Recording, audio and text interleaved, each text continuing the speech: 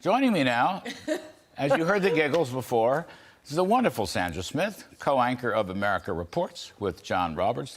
I'll go for a Diet Coke in the Oval. I mean, of course you would. I mean, you'd have a movie with those guys. I mean, what the hell? But remember, this is the then campaigning Joe Biden, who promised to be the uniter in chief, to work across the aisle. He was going to show the country how we can work together. He won't even meet with McCarthy. I mean, think about everything that you just detailed there.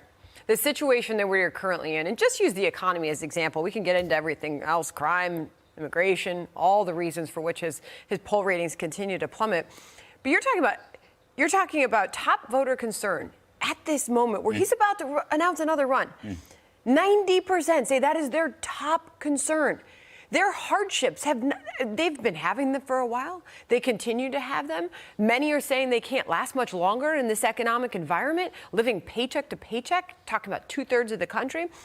In that moment of historic inflation, he's talking about increasing spending, raising taxes, okay? And then not meeting with McCarthy. Higher regulations. He's against the energy bill, which would really slash costs across the board, H.R. 1. Amen. Energy costs, right? And he won't meet with McCarthy, who's a nice guy and would be a very likable date. Don't you think? And they've shown that they can talk to each other and have a nice conversation. Now, they hang just on. did it. I'm going to play some sound because this is the new Joe Biden, what I call the Bernie Sanders. Now, the old Joe Biden, which I guess I'll call the Barack Obama Joe Biden, or maybe working with John Boehner Joe Biden. Here's some sound from 2011 and 2012 on painful budget cuts. Take a listen. The president put me in charge of working with the Democrats and Republican leaders in the House and the Senate to reduce the deficit by $4 trillion over 12 years. Those talks are going on. I believe we will meet that objective.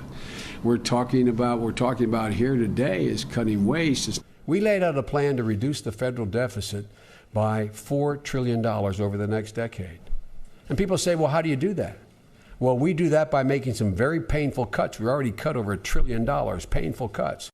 So, Sandra, he did it then.